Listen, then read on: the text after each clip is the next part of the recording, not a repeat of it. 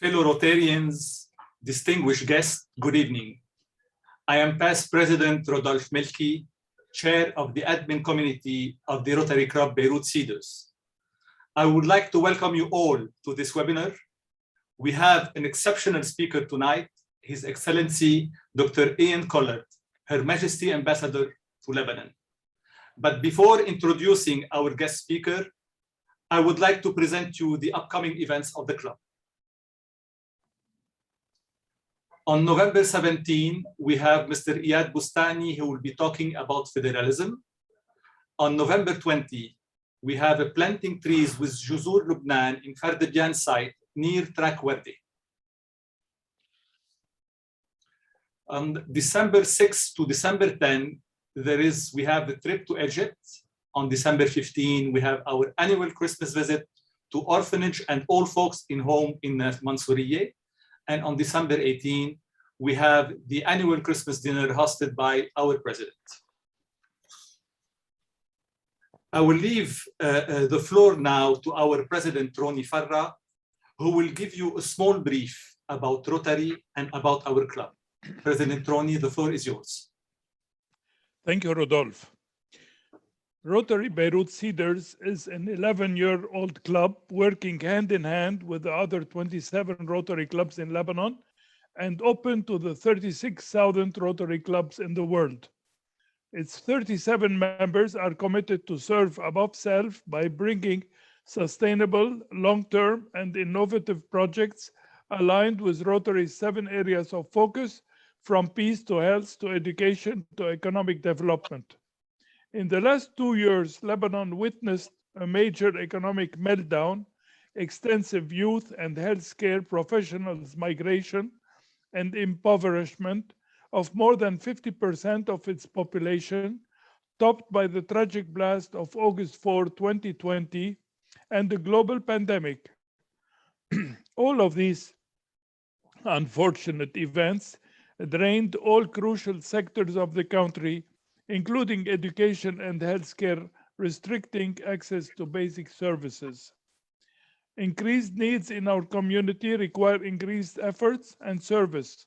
Our club has been active across all of the country, collaborating and partnering with many NGOs and other Rotary clubs in delivering over 18,000 hot meals, food boxes, to over 12,000 families with a total value of $250,000, delivering 90 oxygen concentrator machines, rehabilitating and delivering medical equipment to damaged hospitals by Beirut blast with a total value of $600,000 via global grants, delivering ventilating machines, other medical equipment, and medicine in-kind donations to NGOs, delivering over 8 tons of baby milk cans from Italy and Canada, with more on the way from Egypt, Belgium, and the United Kingdom, supporting many schools in teaching, IT, furniture, and other supplies, repairing over 30 houses demolished by the port blast, and the list grows. The Rotary community in the United Kingdom was very supportive towards helping Lebanon on various levels, especially in initiating projects that deal with health and education, making the total donation between financial and in-kind valued at over $120,000. To name a few projects, a global grant worth $56,400 to install a dental clinic in Anjar in the Bekaa Valley, 100 solar lamps distributed to children in Beirut to use during power cuts, 288 family filters and 12 community water filters from Aquabox. Community filters were donated to the army for the border posts. Many food boxes and hot meals were served thanks to funds received from North Scotland Rotary. The efforts are still ongoing as we are developing a global grant with the Rotary District 1100 and Rotary Club of Bristol on proposed creative learning and education to teach coding and robotics. On November 6, an international black tie fundraising dinner was held in London to raise funds for infant milk for Lebanon. I can now tell you that 10,000 pounds were raised till today. The people of the United Kingdom's help and support to the Lebanese community continues beyond the Rotary, as we have the honor to present and host tonight Her Majesty's Ambassador to Lebanon, Dr. Ian Collard, who will be speaking about the UK's help to the Lebanese Army and the Lebanese community in education, development, and post-Beirut blast of August 4. Back to you, Rodolphe. Thank you. Thank you, President Ronnie. So I would like to thank all members and the registered guests who have sent their question to His Excellency by email earlier, and this question will be put to the Ambassador accordingly. You will have also the opportunity to ask your question in the Q&A section in the bottom, and we'll read the most popular ones. And in case we are not able to address all the popular questions, we'll convey them to His Excellency and he will reply to them privately. Without further ado, I will introduce our VIP guest speaker. Dr. Collard is a career diplomat who begins his role as British Ambassador to the Lebanese Republic in July 2021. In his previous role, Dr. Collard was Deputy British Ambassador to Afghanistan, working to prevent terrorism and support the peace process between the government of Afghanistan and the Taliban. As head of the Counter-Terrorism Department and the Foreign and Commonwealth Office in London, he led the UK Foreign Ministry's response to international and domestic terrorist threats and incidents, and directed the delivery of the UK's counter-terrorism programs and diplomacy overseas. Dr. Collard has also served as the British Ambassador to the Republic of Panama. His other assignments include Washington, D.C. and the United Nations Security Council in New York, as well as senior leadership roles in the FCO in London and in the delivery of the 2012 London Olympic and Paralympic Games. Dr. Collard was appointed an officer of the Most Excellent Order of the British Empire by Her Majesty the Queen in her birthday honors in October 2020. He is married and has 4 daughters. Your Excellency, the floor is yours. Thank you very much, and thank you in particular, Ron, for inviting me to join you all this evening, and Rodolphe for the very kind introduction, and also for moderating the question session later on this evening. First of all, just let me acknowledge that it is wonderful to hear the strong ties between the Rotary Club Beirut Cedars and the Rotary Clubs of the UK. This was not something I was aware about as the British Ambassador when I started my role here, but it's incredibly warming to hear that these connections exist between our two countries that have nothing to do with the British government or our own engagement here through the British Embassy. And I hope we can continue to collaborate and find ways to work together into the future. This is actually my first public engagement since I started as British Ambassador in Beirut. So I'm sure you will have all been very kind with your questions, but I look forward to answering as many of them as I can this evening. The exam question that I was set by Ron and Rodolphe was to provide some insights into the support that the UK provides to Lebanon. And given the strength of our ties, there is a great deal for me to say. So I hope you don't mind if I glance down at my notes as I give you my thoughts. As I say, I've been in my role for around about 4 months as Her Majesty's Ambassador to Lebanon. And I'm often asked by people what my first impressions of Lebanon are, particularly as I'd not visited before I started my current assignment.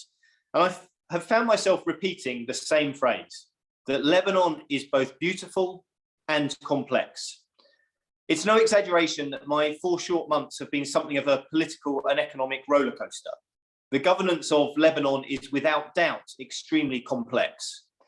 But I've also been struck by how warm and engaging the Lebanese people are. And when I've been lucky enough to get out and about, particularly during my weekends, I can say that universally, I have been welcomed everywhere I have gone, as I've explored the rich culture and geography of the country. So as I say, Lebanon is beautiful, but complex. Some of the warmth that I have felt speaks, I'm sure, to the modern, friendly relationship between the UK and Lebanon as outward-facing trading nations and partners in an increasingly interconnected world. And this evening, I'm going to explore a little bit about what all of that means in reality today.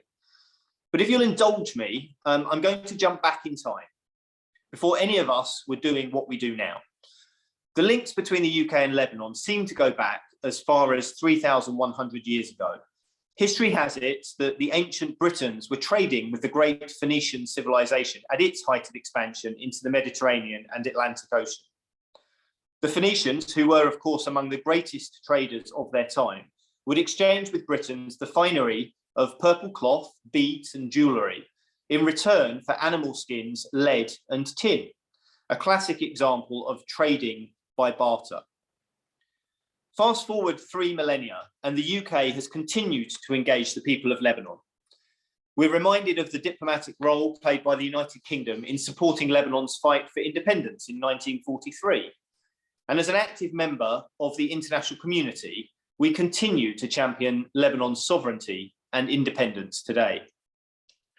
Our modern relationship extends well beyond politics and trade, enjoying genuine partnership in many arenas, which I will touch on this evening, and which unites us at the level of our citizens, our societies, and our cultures.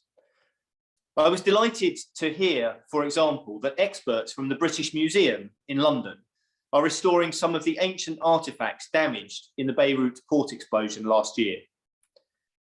And during the past decade, we've been one of the most significant donors to Lebanon in the fields of security, education, economic growth, and humanitarian support. Since 2011, the United Kingdom has provided £732 million to support refugees in Lebanon and the Lebanese communities that host those refugees.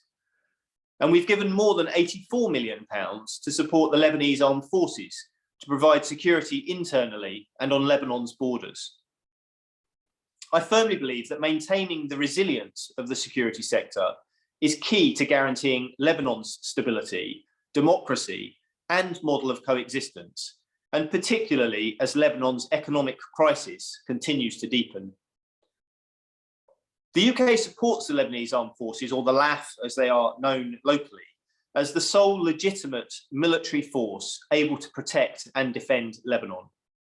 Unfortunately, a declining economy, the protests we have witnessed in recent months, and the impacts of COVID-19 mean that Lebanon's security challenges are likely to continue to mount.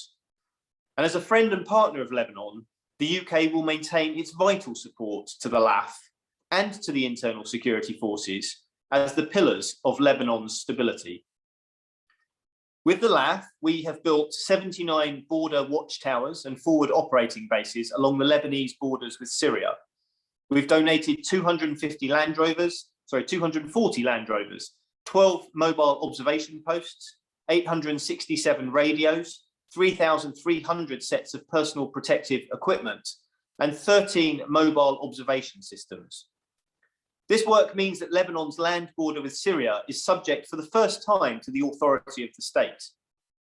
We have a specialised land border training facility in the Bekaa and have helped train and mentor more than 24,000 LAF troops to help secure the Lebanon-Syria border. Since 2009, we have additionally provided more than £39 million to support the internal security forces, primarily through our British Policing Support Programme, which has played a critical role in the institutional development of the ISF into a more trusted police service, serving all citizens in Lebanon and able to better manage Lebanon's internal security challenges. Our efforts to support Lebanon do not, of course, stop in the security sector. As a father of 4 daughters, as you've heard this evening, something I am passionate about is supporting our young people to learn, to develop, and to grow into our future leaders. The Embassy is proud to deliver the UK's prestigious Chevening Scholarship Programme, which aims to select changemakers and future leaders to come and study for a year-long, fully funded master's degree at one of the many high-quality British universities. To date, we have supported more than 200 Lebanese men and women scholars, an inspiring and incredible group of people who are today employed as judges and lawyers, engineers, journalists, entrepreneurs, and more. Each year, we also offer the Rebecca Dykes Chevening Scholarship Award in honour of our colleague who tragically lost her life here in Lebanon, for which 2 Lebanese women and 2 Palestinian refugee women have been selected since 2018. Through our education programmes, the UK is also investing in the futures of both Lebanese and Syrian children in Lebanon and has committed around £183 million for Lebanon since 2016. We provide financial and technical support to the Lebanese Ministry of Education and Higher Education to strengthen the Lebanese public education system, to improve teaching and learning standards, including distance learning, for more than 490,000 Lebanese and refugee children, 51% of whom are girls. Our development efforts to empower girls and women goes further still. We've supported the creation of 12 social development centres for women and girls to learn and gain skills, benefit from psychosocial support through gender-based violence youth programme activities. These centres are part of the UK's No Loss Generation initiative and provide services to thousands of beneficiaries run by the Ministry of Social Affairs in collaboration with UNICEF Lebanon and local NGOs. We've also supported 140,000 boys and girls into non-formal education and provided psychosocial support and services to prevent and respond to gender-based violence to over 195,000 of the most disadvantaged boys, girls, and women in Lebanon. And this month, I'm really excited that we're celebrating and promoting gender equality and empowerment through a series of embassy events and engagements. So please keep an eye out on our social media channels. Another of our flagship programmes is the Lebanon Host Community Support Project, in partnership with UN Development Programme and the Ministry of Social Affairs. We have to date been able to support more than 220 municipalities with much needed kit, such as solar panels, sanitary and sewage equipment, as well as agricultural roads and machinery, food co-ops, school rehabilitation, public spaces, social centres and hospices. This has been up and down the country to help Lebanese host communities who are at the forefront of the Syrian refugee crisis. The programme will reach more than 1 million beneficiaries and nationwide between 2019 and 2022 alone, creating more than 400,000 worker days, funding 10 COVID isolation centres, and providing legal assistance for 3,000 victims of the Beirut blast. But our work is not just about doing for Lebanon, it's also about doing with Lebanon. Through our Lebanon Enterprise and Employment Programme, or LEAP, we have supported more than 480 small and medium enterprises to help grow their businesses, including in the wake of the Beirut port blast, and created more than 1,500 jobs, including for women and people with disabilities. I'm also extremely pleased that on the 1st of January this year, the UK-Lebanon Association Agreements came into force, signalling the UK's strong commitment to a close bilateral and trading relationship with Lebanon. The agreement provides a framework for cooperation and development on political, economic, and social links through tariff-free trade on industrial products and liberalisation of trade in agricultural, agri-food, and fisheries products. Trading on these preferential terms has the ability to deliver significant savings, helping the Lebanese economy by improving the business and trading environment for both British and Lebanese companies. Without doubt, the economic crisis in Lebanon prevents the sort of commercial development that we would all hope to see. Yet, despite the global pandemic and Lebanon's troubled economy, our two countries achieved £547 million of trade in goods and services during the 12 months to the end of the second quarter this year. That included in particular mechanical power generators, medicinal and pharmaceutical products, beverages, cars, and dairy products. I also want to touch, as Ron and Rodolphe said, on the UK's activities in the wake of the tragic Beirut port blast of the 4th of August 2020. I was, of course, not here, having arrived in Beirut a little under 1 year later. But I'm proud that the UK was at the forefront of the response to the devastating explosion, which killed more than 200 people, injured 6,500, and left over 300,000 people displaced. We pledged £20 million in urgent assistance, sending humanitarian, military and medical specialists to Lebanon. We deployed HMS Enterprise, one of our naval vessels, to survey the port and deliver supplies. And we helped the Lebanese Red Cross expand its first responder network, providing counselling and rehabilitation to more than 1,500 people who suffered trauma or physical harm. The UK also shipped more than 230,000 items of personal protective equipment to Lebanon to help overstretched hospitals across the country to deal with coronavirus. Through UNDP and our local municipal partners, the UK funded 10 local isolation centres across the country with an investment of $800,000 to date. And we've also provided direct support to 90 of the small businesses affected through grants and training to get them back on their feet. From the outset, the UK has also called on Lebanon's leaders to urgently and transparently investigate the blast and hold those responsible accountable. It is my firm conviction that Lebanon's government must deliver on its promises. The investigation should conclude swiftly and transparently, and those responsible for any criminal wrongdoing should face justice. I'd also like to mention the UN Climate Change Conference, or COP26, which continues to be hosted in Glasgow as we speak. Last week, world leaders, including Lebanon's Prime Minister, came together with the aim of agreeing how to tackle the urgent global threat of climate change. Climate change represents an existential threat to all countries and to all citizens.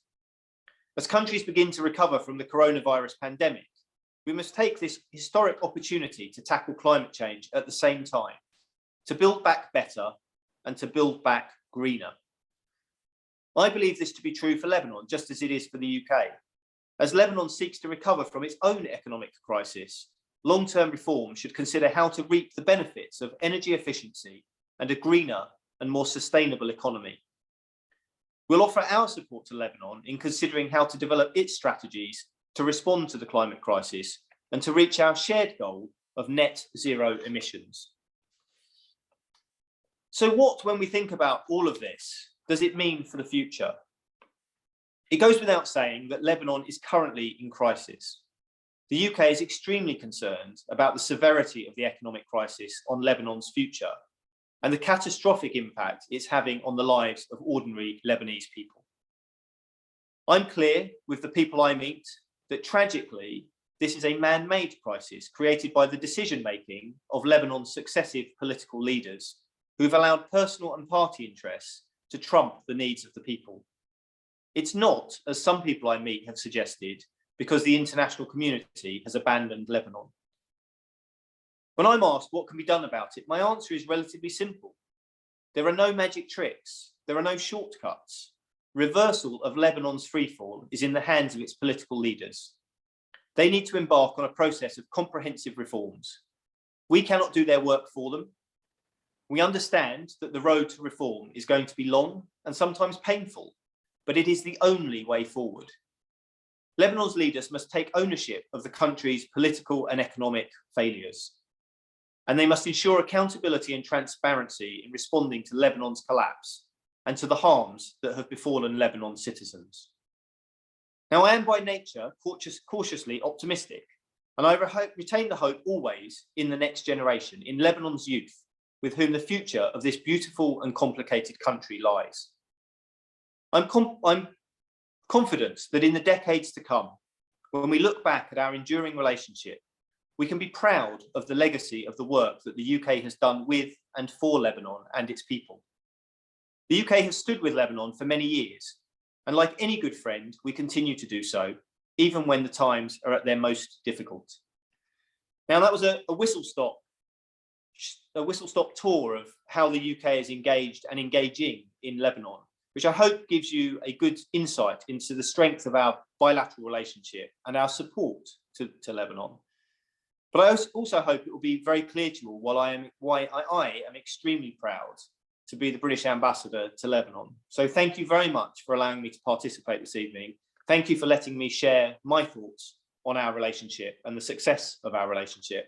And I look forward to your questions. So thank you, and back to you, Rodolphe. Thank you, Your Excellency, for this excellent presentation. that is showing the strong bond between Lebanon and the United Kingdom. And thank you for all the support that you are extending to Lebanon.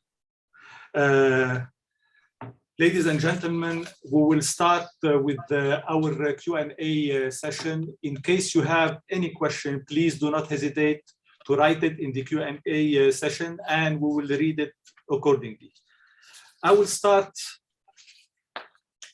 In this Q&A session, we will try, Your Excellency, to know you better as a person and as Her Majesty's Ambassador to Lebanon. So our questions will be divided into 3 sections. The first one is political and economic. The other ones are cooperation and social. And the last one, we keep the best for the end, personal. So I will start with my first question. How do you describe, I know you said it, but if you can elaborate a little bit, how do you describe the bilateral relation between Lebanon and the United Kingdom today and how it can be boosted? Thank you. A very, very good question. I mean, I think, as you will have heard from my remarks this evening, that I think it is a deep, it's a historical, and it is a broad relationship. We are engaged with one another in a number of different arenas. We've talked about many of them in my remarks, from the education sector, the security sector, our cultural links. I'm also proud that here, as part of the UK's enduring effort in Lebanon, we also have the British Council, who are the cultural arm of the British government overseas, who are engaging similarly in education and cultural ties between our countries. So, as I say, the relationship for me is a deep one, a historical one, and a broad one. The challenge, as you have identified, is always to think, what more can you do? And of course, there is always more that can be done. But we have to recognise as well that this is a large and interconnected world, and that all of our countries, Lebanon and the UK, have multiple relationships in multiple places, and we have the limited resources available to us to pursue those relationships. I will certainly, under my tenure as British Ambassador, be continuing to think along our key themes. And I think for me, our key themes are Lebanon's security and stability, and seeing what we can do to continue strengthening our relationship with the Lebanese armed forces and with the internal security forces. They are the national forces responsible for Lebanon's stability and security.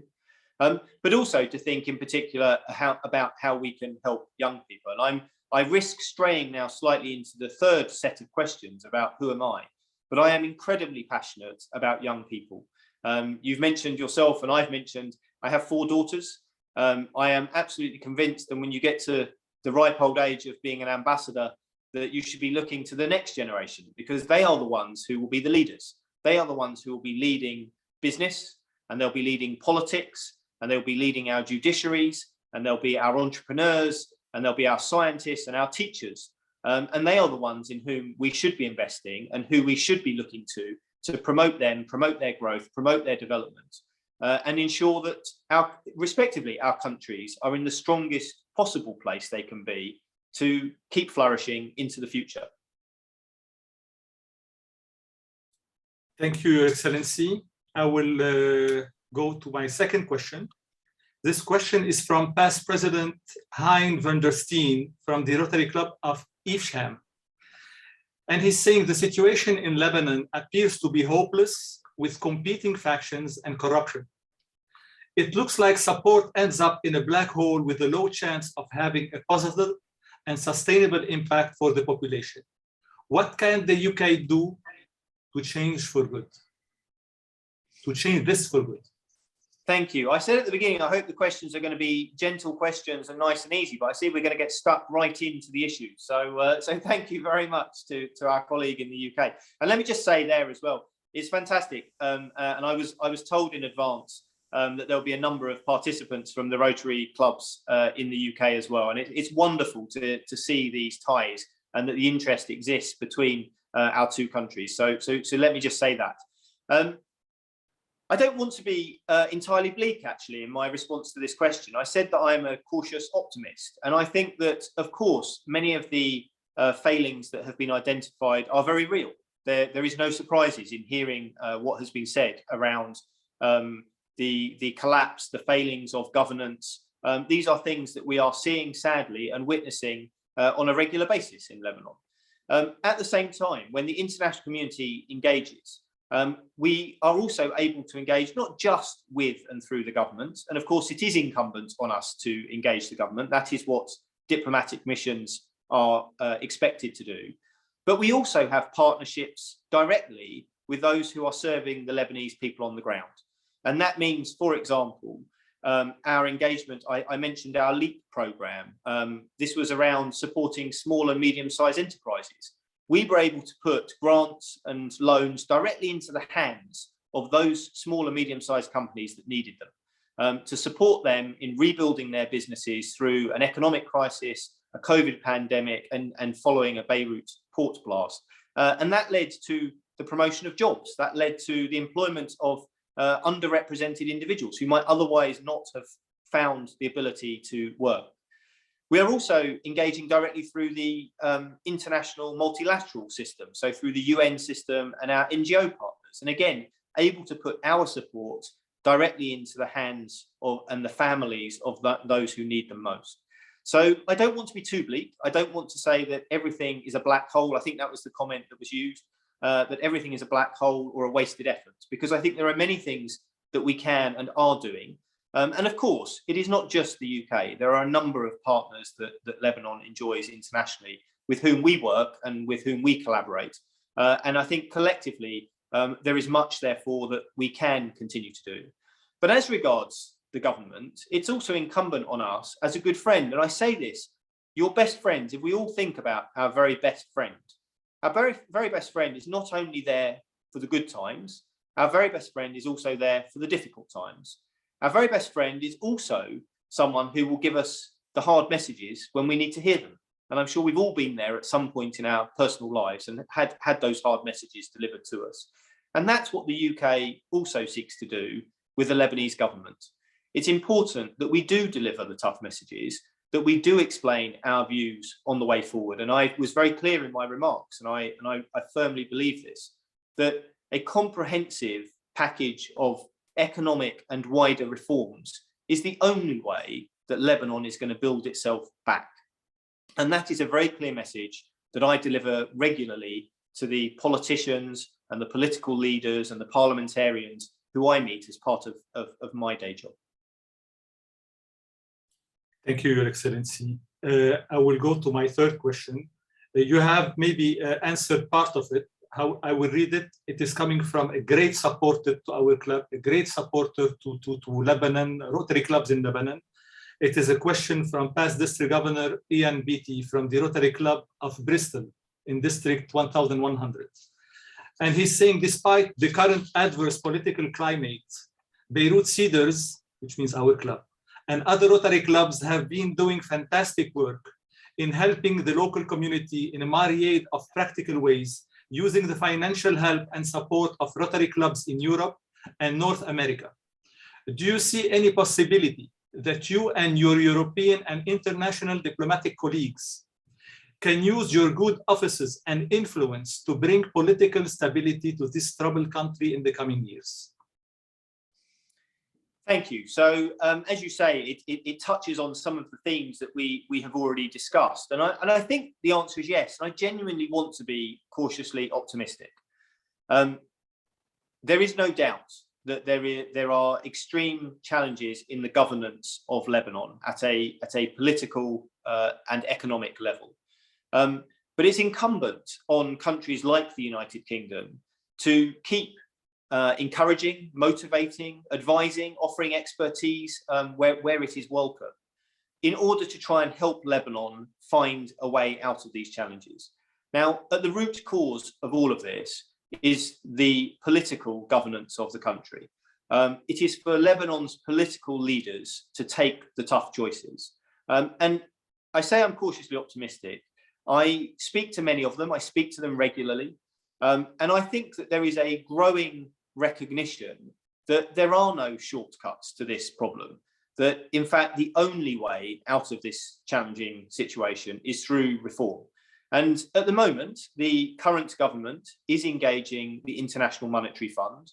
It is discussing how it can pursue a package of reforms.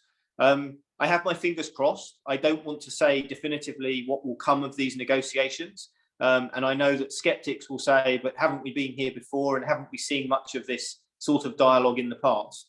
But at the same time, those conversations are happening.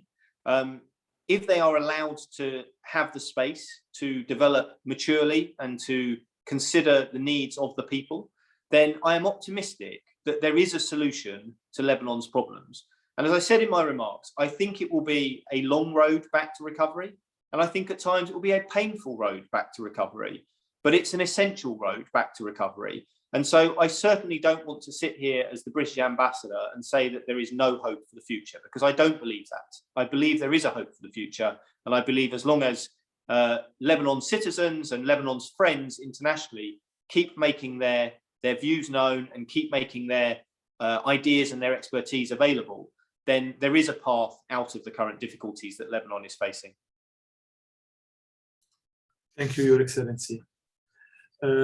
My fourth question, what role can a social network such as Rotary play to support the embassy in its mission to help the Lebanese army? This question is from IPP Hagop Hanzigia. Thank you. I mean, again, a fascinating question, and there's lots of discussion that has been going on about how best to support the armed forces and the security forces. Because one thing we should never forget is that ultimately it is the men and women of Lebanon who make up those armed forces and those security forces. And they are no more immune from Lebanon's economic troubles than any other citizen. So they are also facing the challenging circumstances that Lebanon is confronted with today. I've heard lots of ideas. I've actually heard, for example, diaspora communities of Lebanese citizens who are overseas thinking about whether they can contribute support directly to the Lebanese armed forces. And I think maybe even that has happened on a few occasions. Certainly, if the Rotary clubs have any fundraising capabilities and they have their reach around the world, and again, reach into Lebanese communities around the world, I have no doubt that there are some positive things that could be done in that same spirit. I think there's also something around sharing knowledge and information. I am a firm believer that none of us has all the answers to every situation and every problem. And I think through collaboration, through sharing inputs and ideas, through giving each other insights. And I certainly, as a British ambassador who has only been in the country for 4 months, I certainly have much to learn from lots of people. So if there are Rotary Club members here in Beirut Cedars who have great ideas and want to share those ideas with me, with other ambassadors, with the British Embassy, I'm very much open to hearing those sorts of ideas. So I do think there are things that can be done. I think there are networks, I think there's insight, I think there's expertise, and it's about talking. And that's really what diplomacy is. That's what my job is. It's about talking and listening and hearing from others and hearing what other people think should be achieved and how we think we can do it. So please do keep the conversations going. I'm very much open to those conversations. Perfect. I can assure you, Your Excellency, that as Rotarians in Lebanon and abroad have ideas, experience, and expertise. And we are looking forward to collaborate with you in any project that we find it suitable for both of us. I will go to my fifth question. The United Kingdom is among the most popular destinations for the Lebanese youth, especially when it comes to higher education, with some of the best universities in the world. So as you are aware, after the August 4 blast, many Lebanese families have decided to send their families abroad, their children abroad. How is the UK Embassy is dealing with the visa application for Lebanese? Thank you. Always a complicated set of questions. So around education, and again, it goes to the spirit of my earlier comments that I am a firm believer in youth, and I think that their means of success and of flourishing is, of course, through education. On the one hand, we have our Chevening program, and that is providing scholarships to support a small number, and it is a small number, and I acknowledge that, a small number of young Lebanese people to go to the UK to pursue their studies at a master's level in a range of subjects. And of course, under that scheme, the visa process is all part of the British government's scholarship programme scheme. So in that sense, it's very straightforward and taken care of.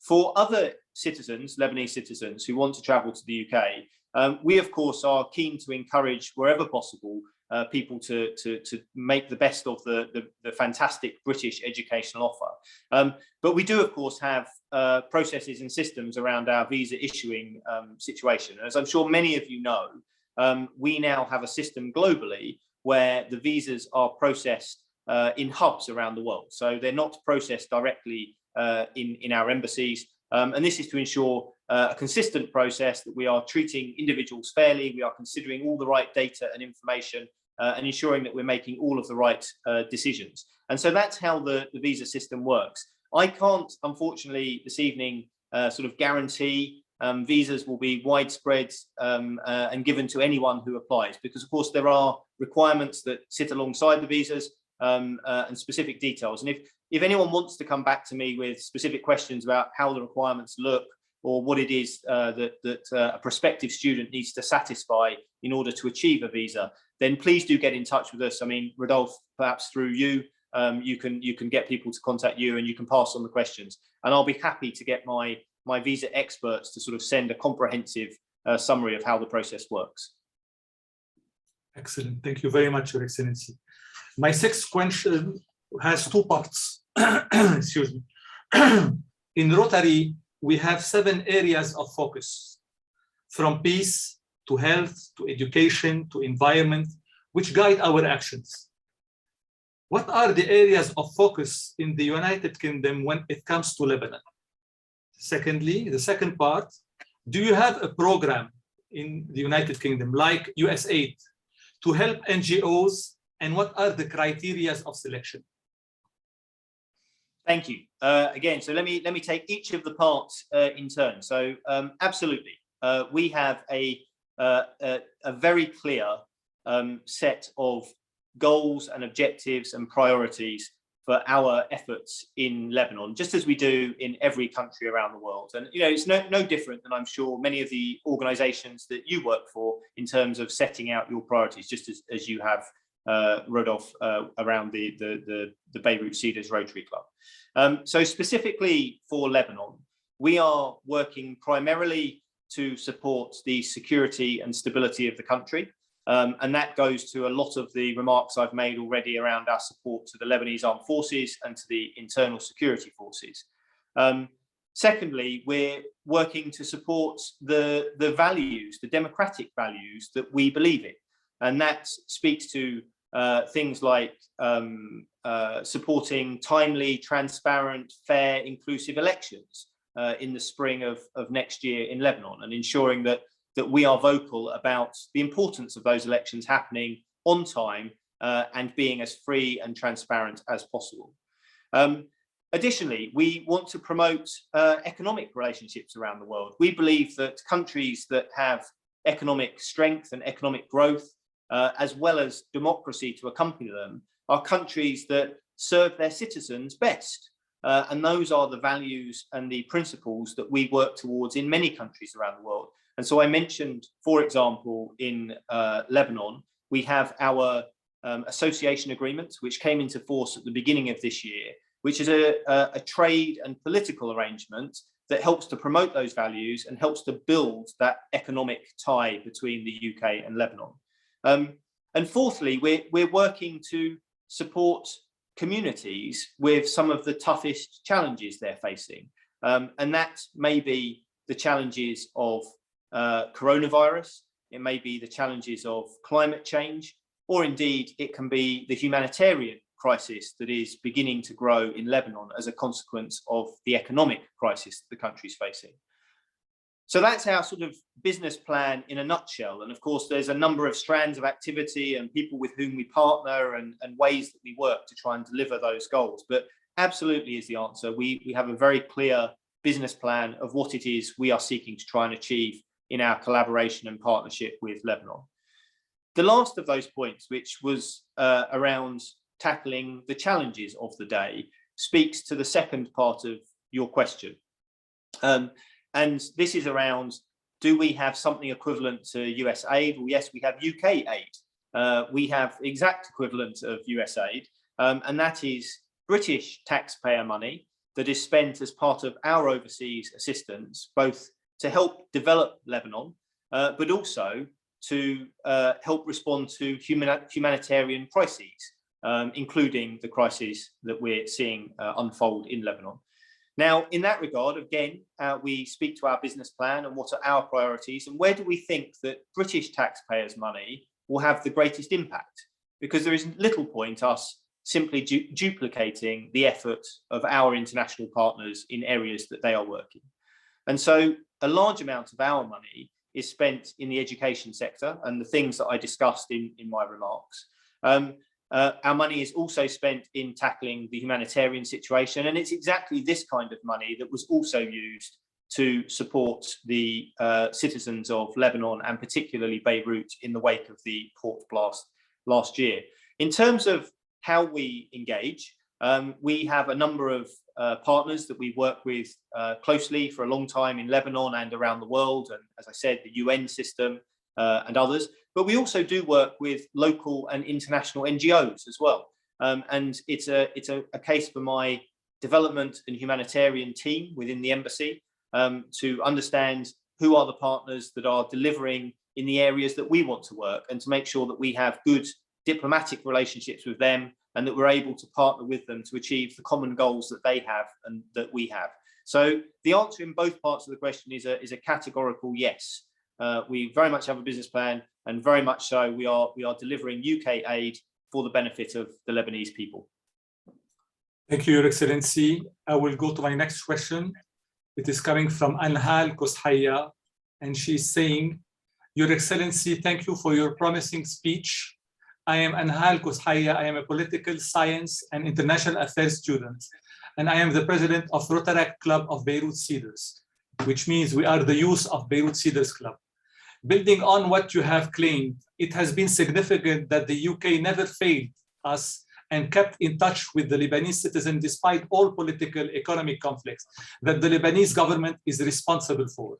Therefore, in times of crisis and conflicts that the youth of Lebanon are encountering, and due to the pressure that we as youth have from this situation, which will surely devastate our future, how can you further help us and support our mission as change makers and activists? How can you further help us in our missions pertinent to social development and community service? An excellent question and an incredibly important question. So thank you very much for asking. Fundamentally, I think that the youth of any country need to be listened to. Now, that means, of course, that they have to be given a right to share their voice. And I think today, in the modern age of digital diplomacy, which we are all doing, it's not just diplomats who are ambassadors these days. I think all of us are ambassadors for our organizations and causes that we represent. There is a huge opportunity for the youth of Lebanon to be making best use of the digital tools, social media, Twitter and Instagram and Facebook. I'm going to sound like I'm knowledgeable, and I know that my own colleagues will laugh afterwards, because again, it is the youth of today who know far more about these things than I do. But that, I think, is one important way that the youth need to get their voice out, and they need to be heard. But it's also incumbent on ambassadors and embassies to be engaging the youth as well. We seek as an embassy to speak to people from all across Lebanon and all across Lebanese society. We don't just speak to politicians. That would be folly of us to do so. We also speak to organizations like the Rotary Club.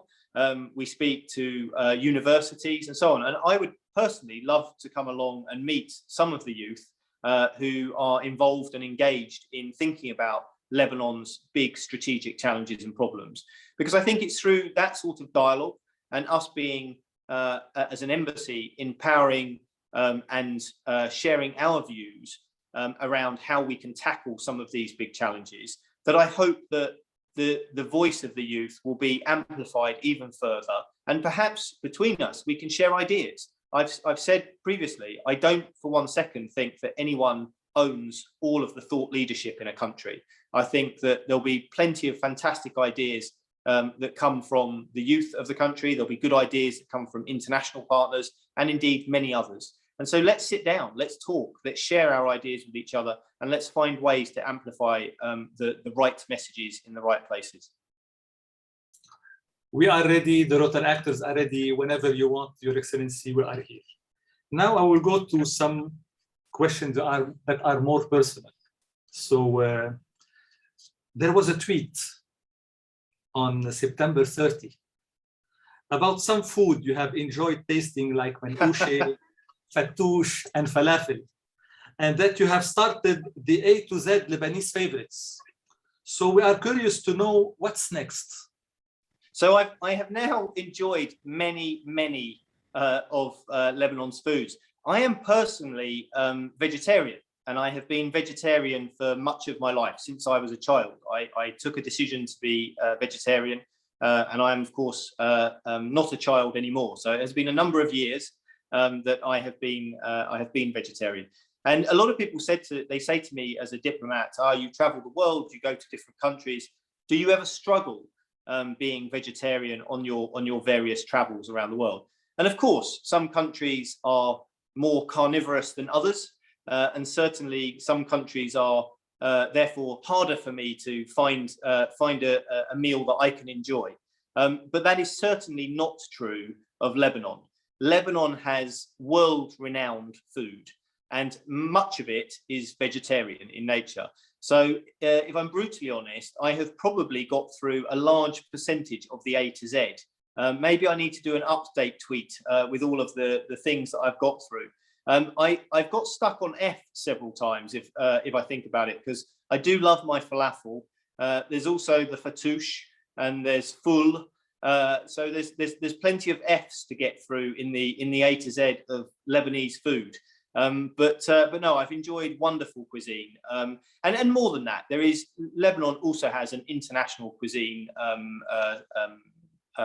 flavor to it as well. So it's not just about Lebanese food, which of course is brilliant, but there is also a very dynamic, I think, food scene in Lebanon. So there are some personal favorites. As I say, falafel is definitely high among them. The manouche, which I think I have also tweeted about previously as well, is also a particular family favorite. My children have become big fans of the manouche. So there are certainly some things out there that we are really enjoying. The problem with all of this is you also have to make sure you compensate with more exercise. And as a British ambassador, finding the time for the exercise is one of my big challenges. But so I shouldn't overeat while I'm here. But thank you for the question. Thank you. A pleasure, and we are very happy and proud to know that you love the Lebanese food. Thank you, Your Excellency. I will go to my next question. It is very fast. What is your motto in life? I think my motto has to be around. It's a challenging question. It's not one I've thought about, to be honest. My motto in life. I was always taught by my parents, and particularly by my father, that if a job is worth doing, then it's worth doing well. And that, I think, is something that I have stood by throughout my life. That if something is worth giving your time and energy and thought and expertise, and even your sort of your sweat and your hard endeavor, then do the job to the very best of your ability. That is probably the motto by which I have stood throughout my life. And I think I hope I have taken that into every aspect of my life, my professional career, and wanting to always do the best I can in the job I do and for the people that I am working with, but also in my personal life. I'm incredibly passionate about sports. I hope I'm not unduly competitive, but I also think if I'm going to do it, I want to do as well as I can. So that's probably it, I would say. If a job is worth doing, do it well. Now I will go to my last question, and it is a question from the floor from Mr. Riyad Halabi. So he's saying, Dr. Collard, away from politics and the enormous support UK is giving to Lebanese people and security forces. Please tell me if you are a supporter of my team, Arsenal Football Club. So he would like to know which football club you like. So unfortunately, any good conversation, which this has been, can very quickly become a bad conversation. I am joking. My football team, I am a passionate football fan, and my football team, I kid you not, is the arch rivals of Arsenal Football Club. I am a Tottenham Hotspur fan, and they are two clubs that are separated by a few miles in the north of London, and they have been historic rivals dating back to the 1800s, when both of the clubs were established. So very, very old and established London clubs. In all seriousness, I love football. I have a great passion for football. I have watched fantastic matches of many teams, including, I am not ashamed to admit, including watching some fantastic Arsenal teams over the years. But my own team is Tottenham Hotspur. So I am a Spurs fan. Thank you so much, Your Excellency, for your time. Thank you for this excellent presentation, for your beautiful talk about Lebanon and the future. And now I will leave the floor to President Roni, who would like to give you the certificate of appreciation. Your Excellency, thank you for accepting to be our club guest tonight. Thank you for shedding light on UK's achievements and activities and help. Thank you for being our best friend in times of need. Please accept from us a certificate of appreciation for your time and your efforts and your talk, your beautiful talk tonight with our club.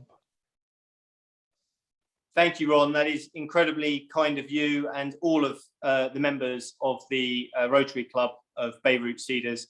I hugely appreciate the honour to have been able to speak to you this evening.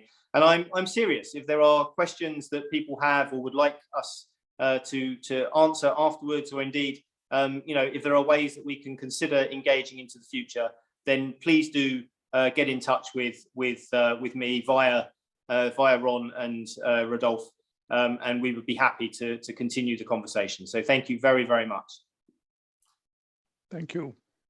Thank you once again, Your Excellency, for being with us, and we wish you every success in your mission. With this, our meeting comes to an end. Our next meeting will be on November 17. It will be with Mr. Iyad Bustani, and he will be talking about federalism. Thank you and good night.